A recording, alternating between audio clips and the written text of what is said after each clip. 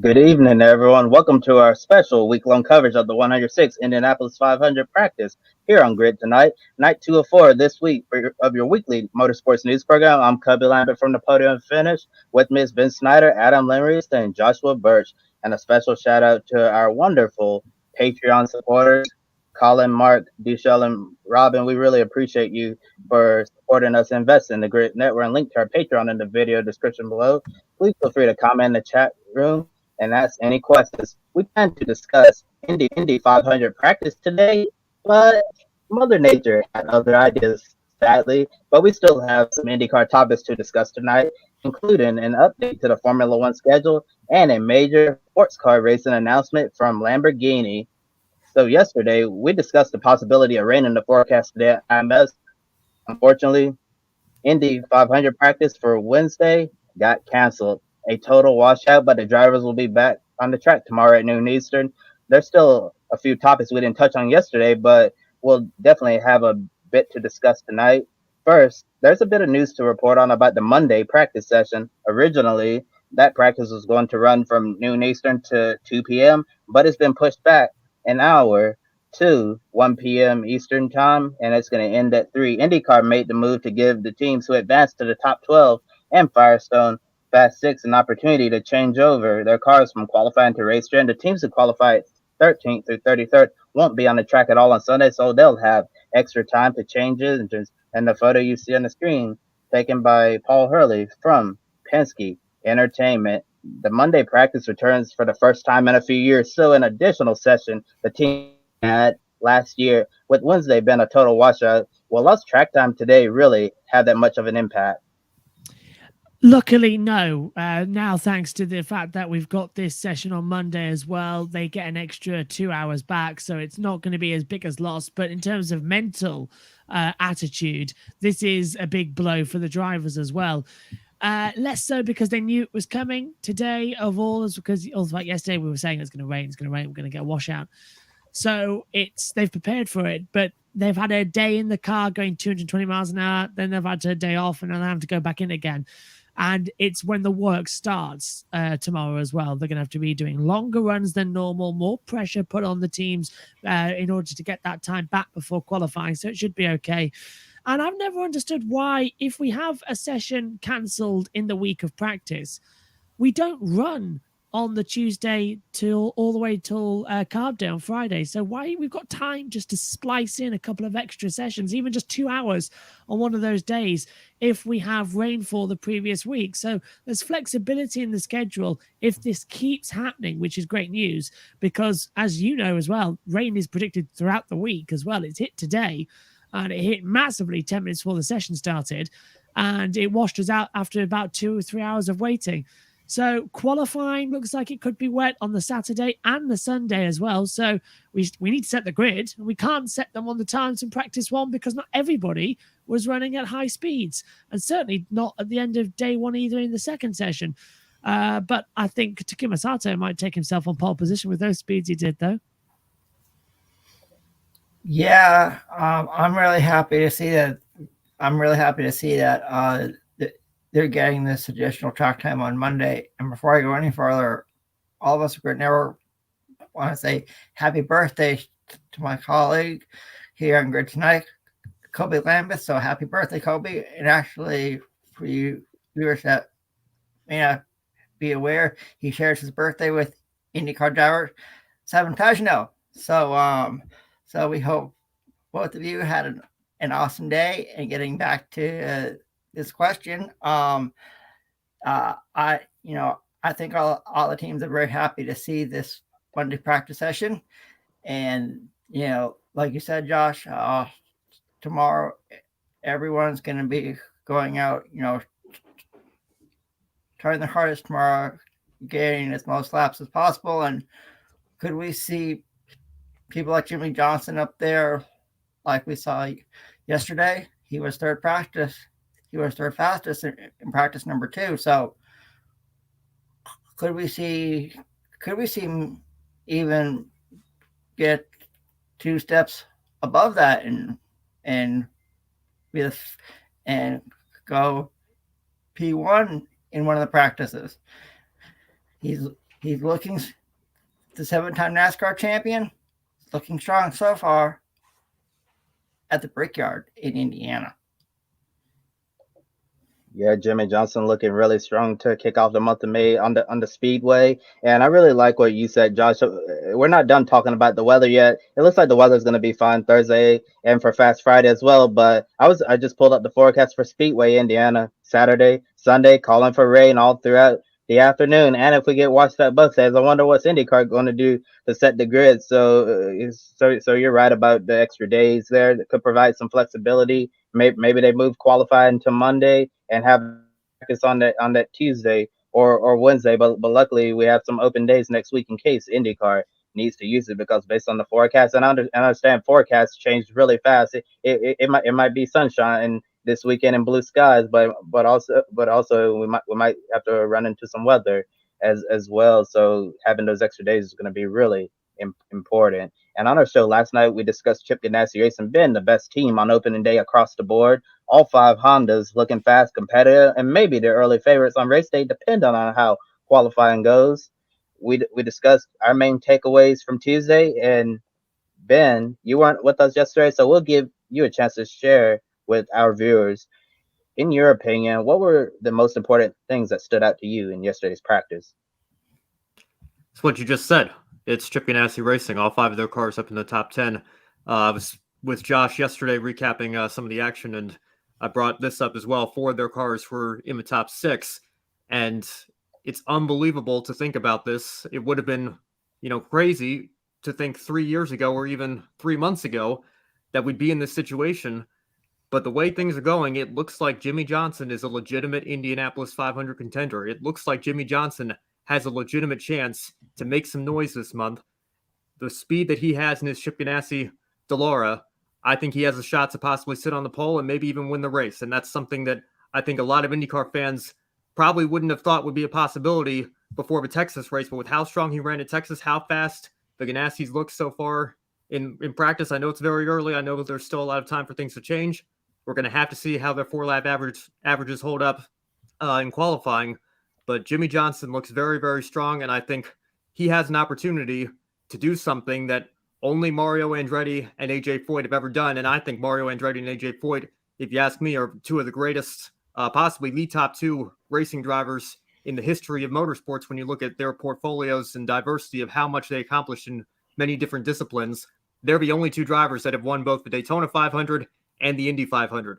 We know Jimmy has 2 Daytona 500s. How incredible would it be if he could add an Indianapolis 500 to his already stacked resume in the world of racing? I think it's a legitimate chance. I think he has a legitimate chance, and I think it's a legitimate possibility. I totally agree with you, Ben. And yesterday we talked about Jimmy's struggles on the road courses and the street courses, but the race at Texas Motor Speedway, he took to that track in an Indy car like a duck takes the water. He was extremely impressive. And we also discussed how he was racing Scott Dixon for a spot in the top 5 at the end of that Texas race, and he almost got it, but unfortunately he had to save some fuel there at the end of the Texas race, which probably cost him a top 5 finish, and he probably would have gotten it from Scott Dixon if he wasn't running so low on the fuel tank there. And Jimmy looks more at home on the oval tracks than the road and street courses. And the speed Chip Ganassi Racing showed yesterday was really incredible. Jimmy looked really comfortable in the draft, and I understand, despite all of his experience at the Indianapolis Motor Speedway oval in the NASCAR stock car, his Brickyard 400 victories and many laps on ovals. The Indy 500, IMS, IndyCar is going to be completely different, and there's going to be a lot of things he's going to have to learn throughout the race, but he's a 7-time NASCAR Cup Series champion. He's obviously one of the best race car drivers of our time, and I could see Jimmy Johnson having a legitimate shot to potentially win the Indianapolis 500. We saw Elio Castroneves win his 4th last year. Was really special, and I have a feeling this year we may see something special as well. How amazing would it be to see Jimmy Johnson join Mario Andretti and AJ Foyt on a very short list? And one driver carrying a lot of momentum into the Indy 500 as well this year is Conor Daly. He made the Firestone Fast 6 last weekend, got a top 5 in the GMR Grand Prix in the rain, and we won't forget his incredible run in last year's Indy 500 until it came crashing down when he hit Graham Rahal's tire that come loose. Daley took the lead, the native of Noblesville, Indiana, and I made a joke last year that the crowd got so loud for Conor Daly, people might have thought Dale Earnhardt Jr. took the lead at Daytona or Talladega. A lot of people really want to see Conor do well. He's in a good situation now at Ed Carpenter Racing in the same car all year long instead of swapping cars. He's on a car capable of winning, and he showed us last year that he can be in the mix. But the question is, can Conor Daly put together a complete race and be at the right place at the right time? At the end, in the photo you see on the screen, another photo here by Paul Hurley. And starting with you, Josh, could you see Conor Daly putting on a similar performance to last year, especially since he's carrying all of that momentum from the good result, and I'll say a rare good result for him on the road course? Oh, absolutely as well. Conor Daly is one of these unique talents as well that's come up from both the Indy side of things as well, but also did a little bit of racing in Europe, and I do know of him a lot more as well. And I think he's one of these drivers as well that once he sets his mind onto, I can win this, it's very hard to stop him. He's that type of driver. So last year, he's, as you said as well, a bit unlucky, and I think he's got the grit this weekend. He's come in strong. He's got the punching out as well. And I really got the feeling that we could see him inside the top, inside the Fast 12 segments as well for quali. Could he get the pole? We haven't actually talked yet about who's going to be on pole position a lot. We've been speculating he could get top threes, but Daley's actually quite a good shot for pole position here. Let's see what tomorrow's practice brings when they get their quali runs out before Fast Friday. But I'm enjoying it. Daley could be definitely in the Fast 12 and definitely maybe pole position. Yeah, who says there's no home field advantage in motorsports? Conor Daly had a great run last year. The crowd got so excited, and I think a lot of that positive energy really can rub off on you. And with the momentum that he has coming off of that great run at the road course, like you mentioned, Kobe, I absolutely expect Conor Daly to be up there in the mix. He's got a great team behind him in Ed Carpenter Racing. They always bring fast cars to the Speedway. Ed's won the pole a couple of times himself. So I think Conor Daly has a legitimate chance to make some noise as well in the Indy 500 in a couple of weeks' time. Yeah, I agree with both of you. I think Conor Daly can definitely make a lot of noise, feed off of that energy from his hometown crowd, because Conor Daly showed us last year that he has the talent and he has the car, a really good team with that Carpenter Racing, and now some stability with the same team with the same number 20 team, so he's not swapping back and forth working with different crews, because I think when you're doing that kind of hurts a driver a little bit rather than being with the same group of people all year. Conor looked really good in the morning session yesterday, but the afternoon session wasn't really that fast. But we talked about yesterday how sometimes practice fees can be very deceiving, but I still expect at Carpenter Racing to bring some fast Chevrolets and think they can potentially be contenders once again on race day. But the fastest driver at the end of the day on Tuesday was Takuma Sato, representing Delcorn Racing with Referral Racing. Sato's teammate, rookie David Malukas, was 7th quickest. No surprise to see the corn cars running strong. They always bring fast Hondas during the month of May. But focusing on Sato, he's going for his 3rd Indy 500 victory this year. Photo you see on the screen, taken by Joe Skabinski from Penske Entertainment. And with only 2 top 10 finishes in the first 5 races, but showing steady improvement with his new team each race and sitting 13th in the points, will Sato keep improving and be a contender on May 29th? Absolutely, he will be a contender. He's won 2 Indy 500 titles. How bad do you think he wants number 3? He does. You want to know? I talked about last night some wild card picks. Do not count out Takuma Sato with Delcorn Racing, with Referral Racing. And we have a comment in the chat room from A Day in the Life. He says that the Indy 500 is the last pure super speedway race. No stages along with the 33 fastest cars, and there's no other event in motorsports. Yeah, I'll agree with that completely. And if you're a motorsports fan, May 29th is like your Christmas. Because you have your breakfast with the Monaco Grand Prix. You have your lunch with the Indy 500. And you have your dinner with NASCAR's longest race of the season, the Coca-Cola World 600. So, Takuma Sato, he will be a contender for the win at the Indy 500, and it was less than 50 laps to go. He'll be up there. He wants to win his third. I'll tell you what, you've got your breakfast and your lunches there as well. Here's my analogy for it as well, because I've got a packed day of motorsport. I have my starters with MotoGP at Mugello in Italy. I've got my first course, which is the Monaco Grand Prix. Then I've got my main course of the 500. Then I've also got my dessert of 3 touring car races. So I think I'm pretty much going to be wiped out with motorsport. And then I'll even be around as well, probably watching the big one for NASCAR later on in the day. I think actually about that question, first of all, with Day in Life saying as well about the speedway races as well.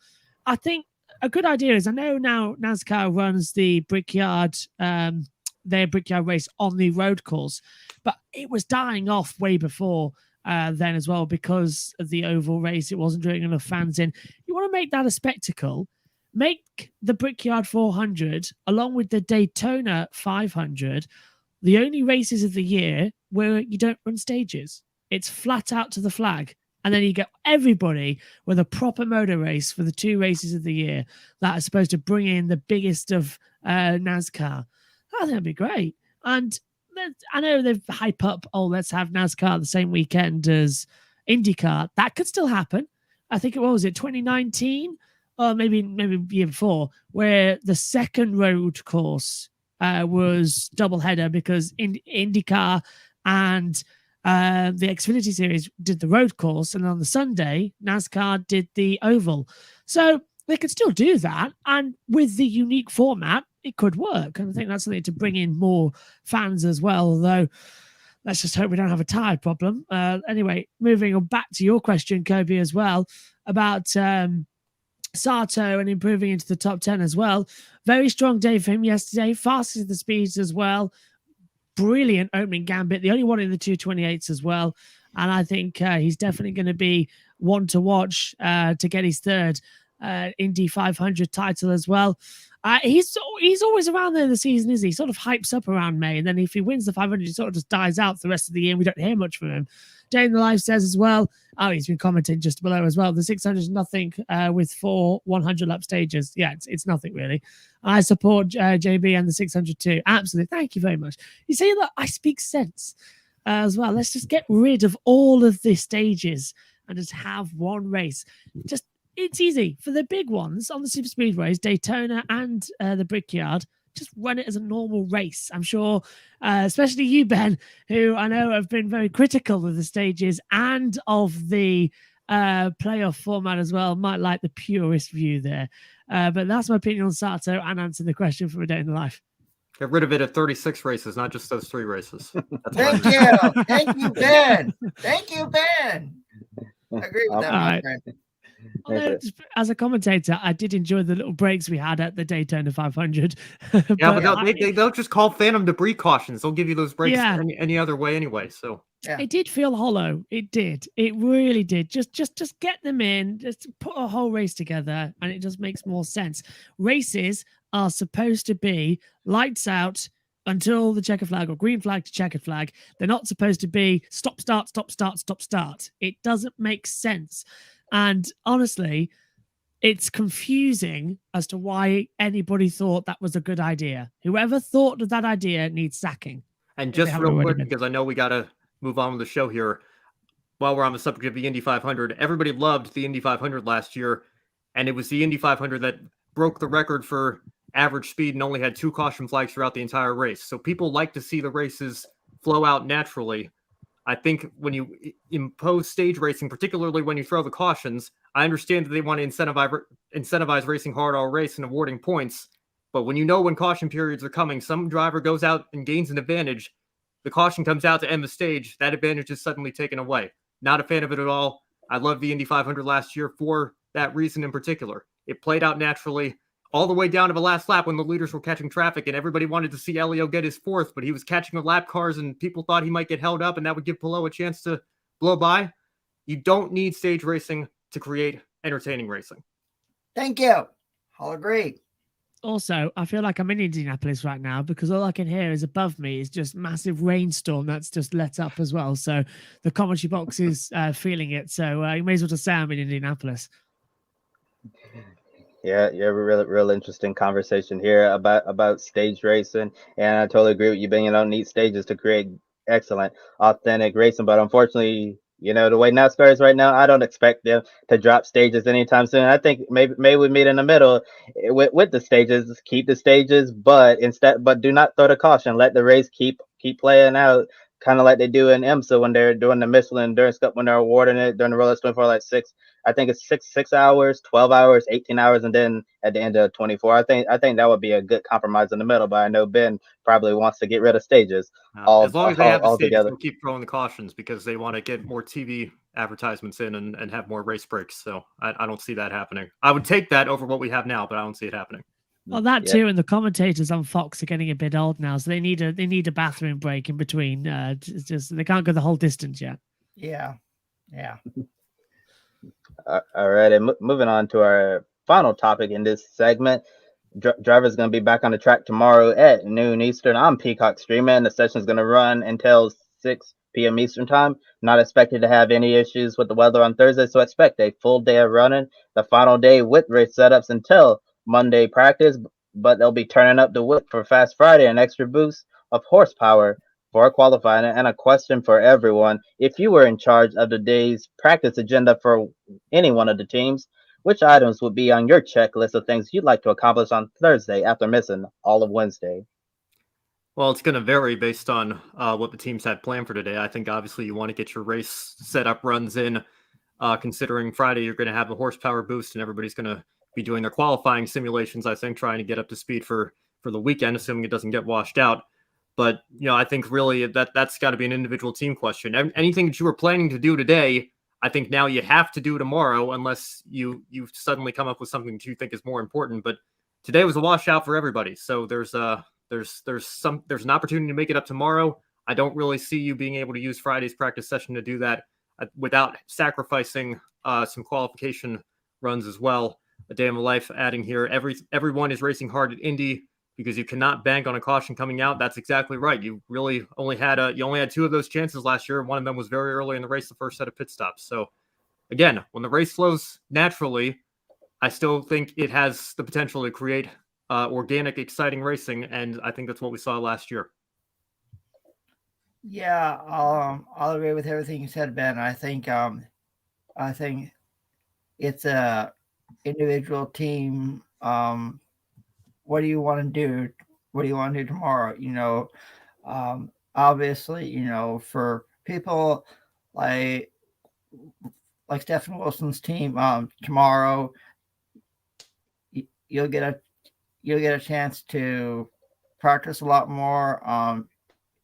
You'll be able to go faster, and maybe you can move up in the practice sessions. Maybe inside the top 20. He was down in the first two practices, so today you could sort of say it was like a little break, but tomorrow, and we have another comment from a day in the life saying race setup and getting a good handle in traffic should be priority. Amen to that. I'll agree 110% with that. You're going to need to be up. It's going to be interesting to see if all teams can keep up the momentum from what we saw in the first two practices yesterday. Right, we've got 6 hours and you've lost a day of running. What do? Here it is. Hour 1. Just go out there and get yourself acclimatized back to this racetrack. You've had a day off. Your eyesight needs to get back in. You need to learn the circuit once again. Get back up to speed. Hours 2, 3, and 4, that should all be dedicated to race simulation. Get out there, do a full race setup. Get as many laps on the board as you can. Come in, change over your tires, change your fuel loads, see how it works. Get in the packs, see how the aero gets affected as well. See if you can run okay in both both clean air and dirty air. Try and overtake on the high side, the low side. Try and slip between the middle of the two cars. Try and practice the start. Get as much information as you possibly can. Then in hour 5 as well, take half an hour. Then you can just change the car over. Have a word with your engineers, say what worked, what didn't work. Then hours 5.5 until hour 6, the end of it. So you get an hour and a half of pure qualifying runs. Get in there in your quali setup, low fuel runs, get out there, set as many laps as you can. Try and do a full quali simulation. So 4 laps, average speed, come in, refuel, go again. Get that under your belt as well, because tomorrow could be the last day you get before going into the next week in the race as well, to get that fuel and race simulation, because who knows what the weather's going to play. You've lost a day of action. You need to get it out there. Fast Friday, that's going to be all about qualifying runs as well, right from the start. Get out there, practice as much as you can for quali. Saturday, Sunday might get rained out, so you might need those laps that you had on the Friday if IndyCar can't set the grid in a qualifying session. Although there's got to be a rule that they have to set the grid in a qualifying, because it's the 500 and points are awarded. So we'll see when we get to that. But just practice tomorrow on hour 1, as I said, getting your ride back in, 2, 3, 4, do a race run, 5 and 6, get out there, do your qualies. And Josh, we thank you for being with us here on our show. And now you can go off and get you some sleep, and we will see you tomorrow as we recap practice number 3 for the 2022 Indy 500. Yeah, wasn't going to be on tomorrow, but I've cleared the schedule and I'm coming on. So hey, right. I'll be on all the time. And now I'm going to go out the commentary box and get absolutely drenched, because I've got to lock the door as well and then run. So I'm going to be out about 15 seconds, and it is hammering it down out there as well. If I was a pit reporter, a brawly wouldn't save me. So thanks for that. Been fun as always, and have fun with the rest of the show. Yes, sir. We sure will. And now moving happy on. birthday, Kobe, by the way. Happy birthday. Didn't say that. I was meant to. I've just been done. Happy birthday. Hope you had a great day. That's me done. Bye, guys. Bye, Josh. Thank you. Really appreciate that. And now switching over to some IndyCar news. Chip Ganassi Racing signed Indy Lights driver Kyphin Simpson to a multi-year deal as a developmental driver for the number 23 TJ Speed Motorsports team in Indy Lights. Ganassi plans to provide driver mentoring, race strategy, and engineering to support him, to help him start running more competitively. Beginning his racing career, for the number 21 TJ Speed Motorsports Honda in Indy Lights. Thank you, Kobe. Beginning his racing career at age 9 in the country of Barbados, Simpson has quickly become one of the most intriguing young open wheel prospects at 17 years old. At 17 years old, you're probably in high school and thinking about going to the prom. So think about what he's doing right now. Simpson made a sports car debut at the Rolex 24 Hours of Daytona earlier this year, competing in the IMSA GTD class. And he won the 2021 Formula Regional America Championship, scoring 7 wins and 13 podiums. And the what you see on the screen, courtesy of Matt Favor from Penske Entertainment. Now here's Kobe with some news regarding Formula One.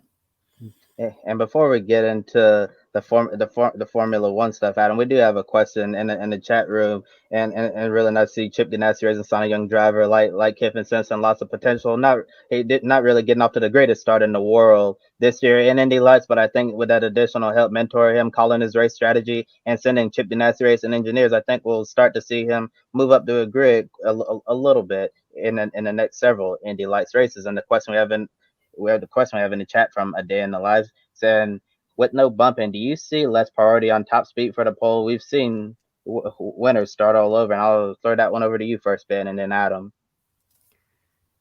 We have, but I think most of the time you see the winner come from the first few rows. So I think for the teams that know that they have pole speed in them, or at least hope that they have pole speed in them, like your Penske's, your Ganassis, your Andretti's, you're definitely going to see them turn the wick up as they usually would. I don't think the fact that there's no bumping is really going to change that. I think a driver like Will Power, who found himself in a little bit of trouble recently, isn't going to have to worry about that this year. But I think, I don't think it changes too much if you're in their shoes in particular. You're still going to be going for the pole just as hard as you ever would. I think the furthest back was 28th place. That sounds about right. I know Montoya was 30th at one point when he won in 2015. So, it's not impossible to come back through the field. Rossi was stuck back there when he won in 16. So we've seen it happen, but, you would like ideally to have a good starting position. So I think that's the fact that there's no bumping isn't going to change that too much for the teams. Yeah, I'll agree, Ben. I think this year you'll see the winner of the Indy 500 probably come from at least the top 15 starting positions. No bump day this year, so everyone's going to be going out as hard as they can, to get the pole position. Like Josh said, now this year they award points for the pole position, and those points could be critical as we crown an NTT IndyCar Series champion later on this year. Yeah, and now shifting gears over to the world of Formula One. At the beginning of the year, we expect to see 23 Formula One Grand Prix races. However, Russia invaded Ukraine, and Formula One responded by canceling the Russian Grand Prix in Sochi and started searching for a replacement. Many speculated and believed that a return to Turkey would be the most likely scenario for Formula One, but they ultimately decided not to replace the race and let everyone in the paddock have an extra week off. However, Formula 2 decided to replace Sochi with a visit to the Paul Ricard circuit in La Castellette, France on July 22nd through 24th. And starting with you, Ben, are you really surprised that Formula One decided not to replace Sochi? I'm surprised, but I'm hardly disappointed. I think one of the things that I've echoed on social media over the last couple of years, as great a job Liberty Media have done since they took over, as much as we've seen the sport grow and all that momentum has been great, and they've played no small part in that, I'm not sure how to feel about the idea that has been floated out that Formula One should be 22 Super Bowls or 23 Super Bowls, as some people have put it. What makes a Super Bowl special is it's a massive grand event that happens only once a year. When Formula One say that they want 22 Super Bowls on the calendar, it takes the prestige away from each of those individual races. And specifically, we're going to have multiple races, and every race has its own unique traits that make it special, some more than others, admittedly, but still you have a calendar of races here. And I think, especially when you consider all the logistics that go from traveling, not just from city to city, as most series do, but from country to country, because it's a world championship, and even continent to continent, 23 races is absolutely insane. I think a sweet spot would be anywhere from 16 to 19 Formula One races in a season. I think 20 is doable, but even that is starting to stretch it. 21 to me is the absolute maximum that you can have without risking burnout from the teams and from the drivers. And I do wonder if we're going to start seeing this next generation of drivers, if we go to 23, 24, even they floated out the idea of 25 races a year, are drivers going to start retiring sooner and taking their motorsports talent somewhere else because it's just too much stress and anxiety that this grand calendar causes. I think 23 races is, like I said, something that's not sustainable in the long term. So to go back down to 22, even 22, I think is really starting to stretch it. Like I said, I think 21 should be like a hard maximum that the FIA should put on Formula One.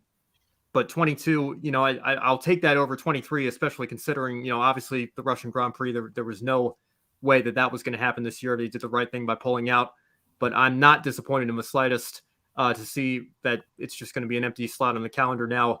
I'm sure some fans are going to be disappointed that they have one less race to watch, but for the drivers and teams, I'm sure many of them are breathing a sigh of relief because the calendar is slightly too big as it is already.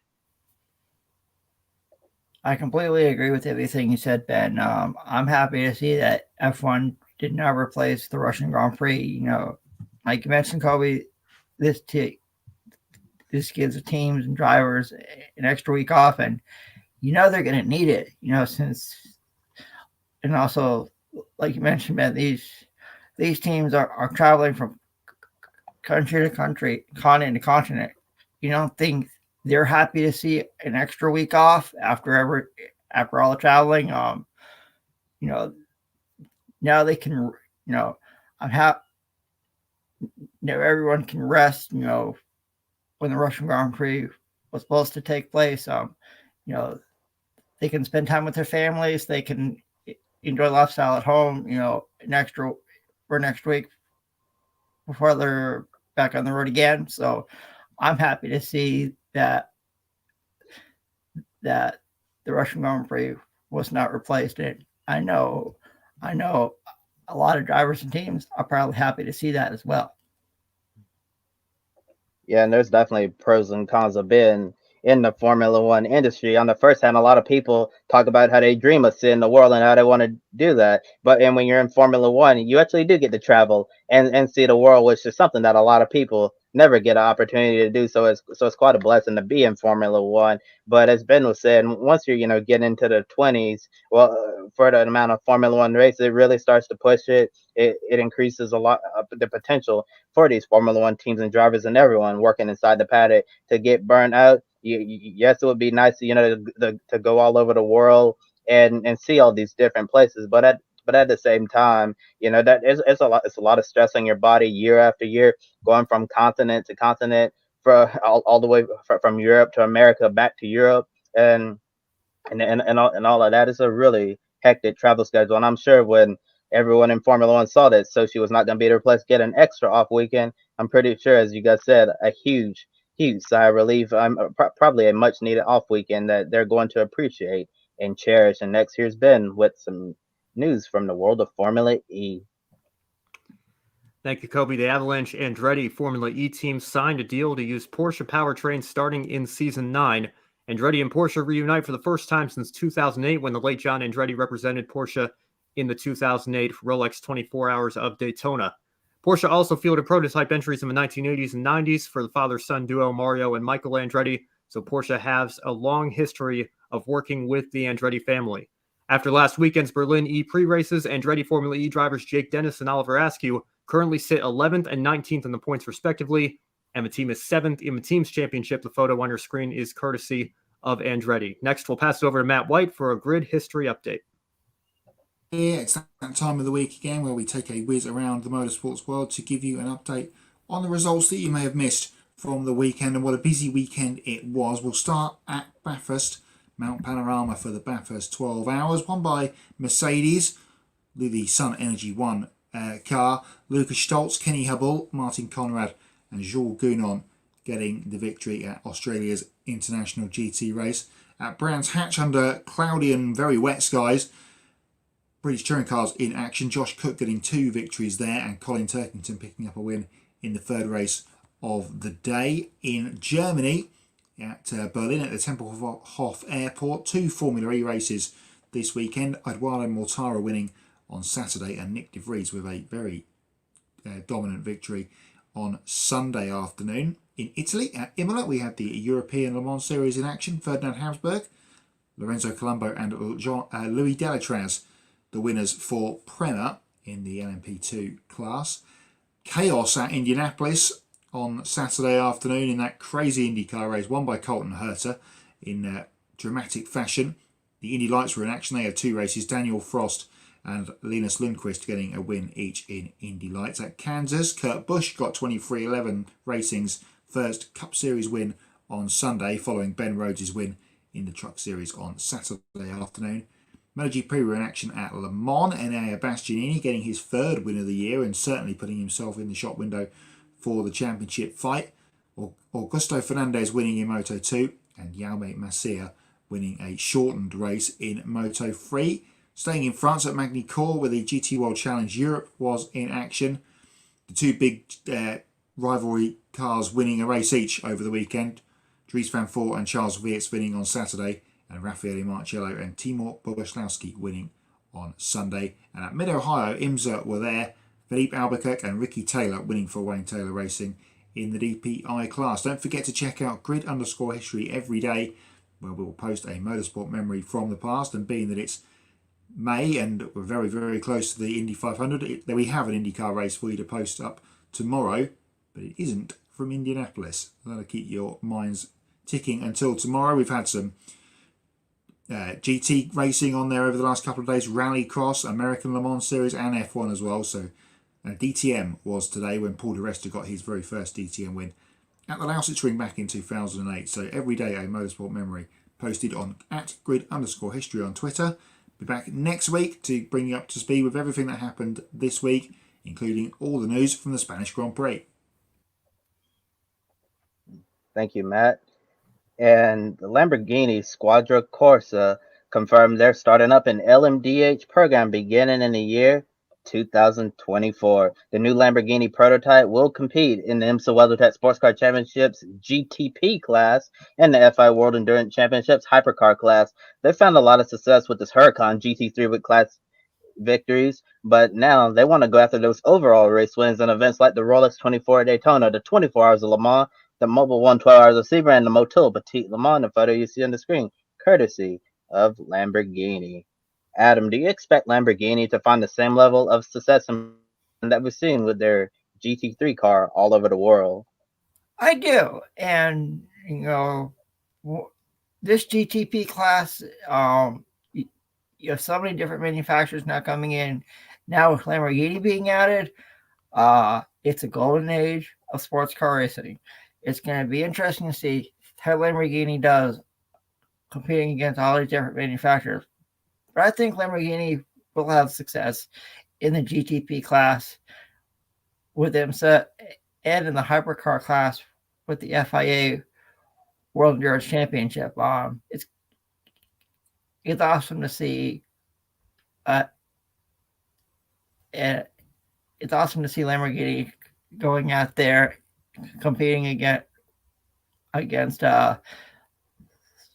some of the world's best starting in 2024. And we have a comment in the chat room from the guy you just saw on the screen a little while ago, Joshua Burt, saying that he's not surprised that they have decided not to replace Sochi because it gives the teams and the drivers 3 weeks off and a really busy part of the season. Totally agree with you, Josh. As we've been saying, teams and drivers probably greatly appreciate the fact that Formula One didn't try to go to Turkey or say Malaysia, which is a track I really used to like. It's going to be a great time for everyone to decompress, clear their mind for the final run to end the season when we conclude the 2022 FIA Formula One World Championship. And getting back to the question about Lamborghini, I do expect them to find similar success in prototypes that we've seen in the GT3 race, and it's going to be interesting to see which teams are going to choose to run each program. I'm not really sure which team they're going to choose in the IMSA WeatherTech Sports Car Championship, but World Endurance Championship. One team I definitely have to. GRT Grasser Racing. No, Grasser raced in IMSA for the past little while, but they're racing in the DTM now. Grasser is a well-known name all over the world in motorsports, in GT3 racing, filling those iconic green Lamborghinis. So if you're trying to predict which teams may fill the Lamborghini LMDH prototype, look no further than GRT Grasser. Well, at least that's my prediction on this story. Thank you, Kobe. Now we have some news regarding Rima Jufali, the first female racing driver from Saudi Arabia. She is starting up her own team called Theba Motorsport. Jufali is starting up the team to improve Saudi access, participation, and representation in the motorsports industry. Theba Motorsport will also give Saudis opportunities in engineering, mechanical, and commercial internship and apprenticeship programs. The team plans to compete in the International GT Open Championship this year with a Mercedes-AMG GT3, one of the most competitive European series in GT3 competition. Jafali's ultimate goal is to compete in the 24 Hours of Le Mans under a Saudi Arabian license. That's going to be possible with a GT3 car in a couple of years because it's replacing the GTE platform in the FIA World Endurance Championship. The photo on your screen is courtesy of Theba Motorsport. You can get more detailed information regarding Jufali's racing career on our Thursday show, Women in Motorsports, with Joe Samaniego and Daniel Zeri from Racers, the girls behind the helmet. And with that being said, it's now time for everybody's favorite game here at GRIDnet, or Pick a Winner. And we have 3 events that we'll be choosing from tonight. So as you can see on the screen, Kobe is on first with 19. I'm second with 15. Alex Fleener from Twitter is right behind me at 14. Ben and Joe are tied for fourth with 10. So with that being said, we'll start first with the FIA World Rally Championship as they head to the country of Portugal, and 2 iconic names return for this rally: Sebastian Loeb and Sebastian Ogier. So I'll start with you, Ben. Who wins the Rally de Portugal on Sunday? Is it one of the Sebastians? Well, I'm the last guy that you're going to come to for fantasy advice regarding WRC. I must admit it is not a series that I am too familiar with, but I do know who each of the Sebastians are because they are legends in the motorsport world. That being said, I did have a first instinct. I did check the results of the season so far before I came on the show tonight.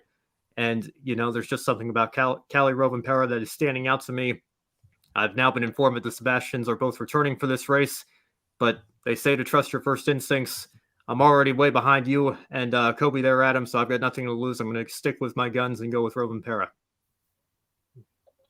I'm the same way, Ben. I like to go with my gut instinct no matter what, because I have a feeling that if I change my pick, then whoever I picked initially is going to win. Then I'm going to miss out on a crucial pick a winner point. I know as we run out of races, it's going to be really important to keep my lead there, and I'm going to need to get every point I can get. And the last time I picked for World Rally Championship when both Sebastians were competing, I picked Sebastian Loeb, and I think it's only fair this time around to go with the other Sebastian. I think Sebastian Ogier is going to get it done and win Rally de Portugal. I'm going to go with the other. Well, Kobe, you on Sebastian Ogier. I'm going with the other Sebastian since I'm 4 points behind you and I'm trying to get you. I'm going with Sebastian Loeb to win Rally de Portugal. Next, we head down under to Australia, and our colleague Josh Roberts has Sebastian Loeb as well for World Rally Championship. So thanks, Josh. Now we head down under to Australia, where the Repco Supercross Championship is back in action with the Pizza Hut. Yeah, they have Pizza Hut in Australia with the Pizza Hut Winton Super Sprint, a 3-race weekend. So I'll start. So Ben, I'll start with you. I know you're not much of a supercars expert here, but who's your pick to win?